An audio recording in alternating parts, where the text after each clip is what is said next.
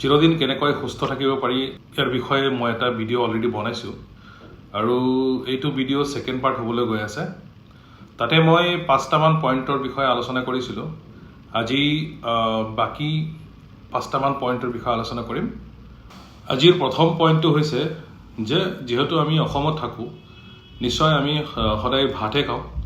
চ' try কৰিব যাতে সদায় পুৰণা চাউল খায়, কাৰণ নতুন চাউল খালে আমাৰ ডাইজেশ্যনত প্ৰব্লেম হয়, অৰ্থাৎ ডাইজেশ্যনত হেম্পাৰ কৰে।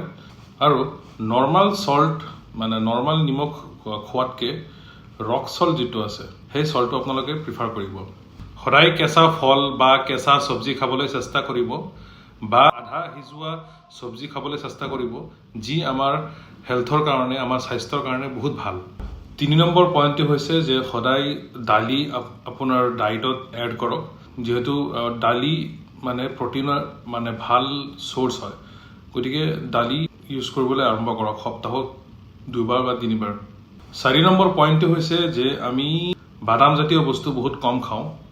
চ' বাদামজাতীয় বস্তুবিলাক যেনেকৈ আপোনাৰ কাজু বাদাম হৈ গ'ল, পিনাটছ হৈ গ'ল, কিচমিচ, ৰেজিনছ, এইবিলাক বস্তু আমি আমাৰ ডায়েটত অন্তৰ্ভুক্ত কৰিব লাগিব।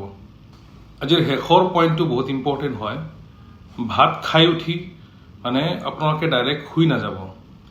ভাত খাই উঠি অকণমান সময় বজ্ৰ আসনত বহিব বা অলপ বহিব ভালকৈ।